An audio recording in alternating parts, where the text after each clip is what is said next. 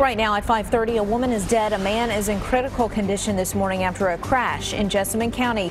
We'll hear from a man who saw the accident coming up in a live report. Also on WKYT this morning, state police hope to get more details today about a weekend death investigation in Knox County. And the FAA is set to release new regulations on drone ownership. This comes just a month after a drone crash at Commonwealth Stadium. We'll have the details on those regulations in a live report. Tracking, alerting, protecting. This is WKYT This Morning. Good morning to you, and after the weekend, it is a brand new week, and we welcome you here on this Monday, October 19th. I'm Bill Bryant. And I'm Rebecca Smith. Hope you're having a great start to your Monday morning. A little bit of a cool note we're starting on. Certainly, and we have some clear skies out there. That's the good part. Let's check in with meteorologist Micah Harris. Good morning. Good morning, because the good part about those clear skies is once that sun rises, then you start to see those temperatures take a big leap in toward the afternoon. I call it a big leap. I know it's still going to be on the cool side, but at least we're going from the 30s to the 60s today, and not so much the 50s toward the afternoon. It's cold outside. I mean, anywhere you look, we're sitting there in the 30s. Some of us right there at or below freezing this morning. We hit the afternoon at 63. It's getting better, right? We get in towards your midweek and late week, and you'll see the 70s, well into the 70s too. I'll show you some much milder temperatures coming up.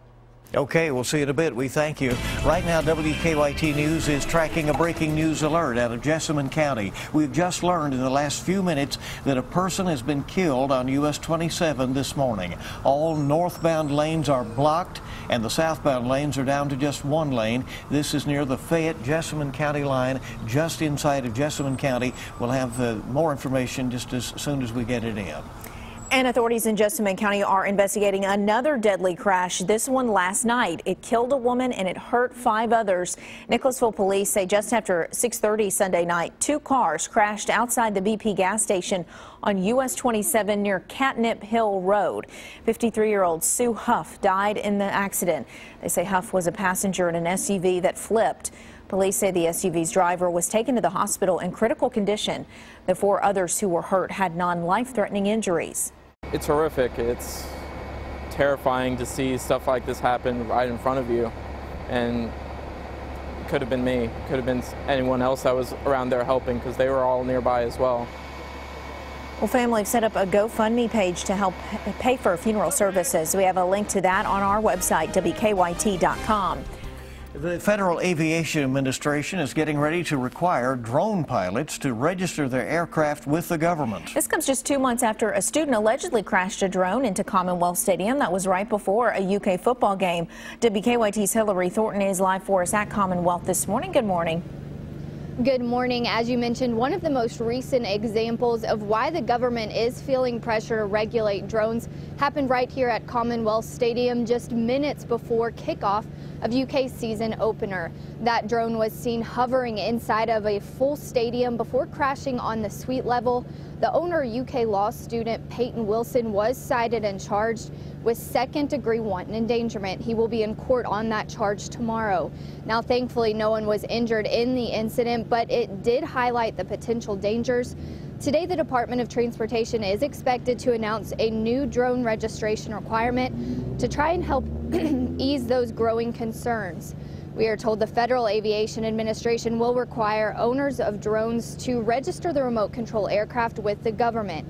They say they want all drones to register with them so they can be tracked back to their owners if the drone is involved in an accident. Now, one of the biggest dangers that transportation leaders worry about is a crash between a drone and a passenger plane. So far this year, pilots have reported around 650 drone sightings. Now, officials say they hope to have this new registry requirement in place before the holidays, when they expect many people to receive drones as gifts. Live in Lexington, Hillary Thornton, WKYT. Thanks so much, Hillary. State police in Knox County are investigating after a man's body was found in the Cumberland River over the weekend. Troopers say they found the body Saturday afternoon. The county sheriff's office called them about the search for a man who'd been missing for several days. We're told crews found the body in the river off Highway 11 just outside Barberville. The Knox County coroner says the body is that of a white man in his 60s. They have not yet identified him. Investigators hope to have more information once the results of the autopsy come in. WKYT is also tracking a death investigation out of Marion County this morning. We have not received many details, but we do know the Lebanon police are saying that officers found a body at a home around 1 o'clock on Saturday morning. Police have not said how many people they found. Right now, they are not releasing any other details about the ongoing investigation of that. New this morning, an eastern Kentucky bus driver facing multiple rape charges has been suspended. Police arrested 45-year-old Kenneth Brown on Wednesday. Police say Brown raped a 12-year-old girl at least 5 times between August and October. It's still not clear if the victim is a student in the school district. Our news partners at the Herald-Leader report Brown was suspended indefinitely on Friday. Brown is still in jail on a $100,000 bond. He is set to be arraigned Thursday. A southern Kentucky man accused of escaping from prison in Lexington is expected in court today. Kentucky State Police caught 27-year-old Justin Canada in McCreary County Thursday. Canada walked away from Blackburn Correctional Complex back in August while serving 15 years for robbery and wanton endangerment. According to court documents, Canada was hiding out in Indiana when he came back to Kentucky to see his mother. That's when state troopers caught him. Canada will be arraigned for escaping police custody later today. The time is 5:37 now on WKYT this morning. Secretary of State John Kerry is urging Israeli and Palestinian leaders to exercise restraint and work together to end what he calls senseless violence taking place in the region. Despite an unprecedented Israeli security response, more than 40 Palestinians and 8 Israelis have died. CBS's Jonathan Vigliotti now has the latest from Tel Aviv. This cell phone video captured the latest act of violence. A gunman believed to be Palestinian opened fire at a heavily guarded bus station in Beersheba, killing an Israeli soldier and wounding several people before being shot and killed by security forces. Israeli authorities later admitted accidentally shooting an Eritrean asylum seeker during the attack after mistaking him for the assailant. The unrest began last month over access to the Temple Mount in Jerusalem, sacred to both Jews and Muslims. On Sunday, Prime Minister Benjamin Netanyahu rejected calls for international observers to monitor the site. It doesn't mention Palestinian incitement, doesn't mention Palestinian terrorism, and it calls for the internationalization of the Temple Mount. As the violence continues, cities like Tel Aviv are suggesting banning Arab maintenance workers and cleaners from schools. Some Israeli parents are worried about an attack against their children.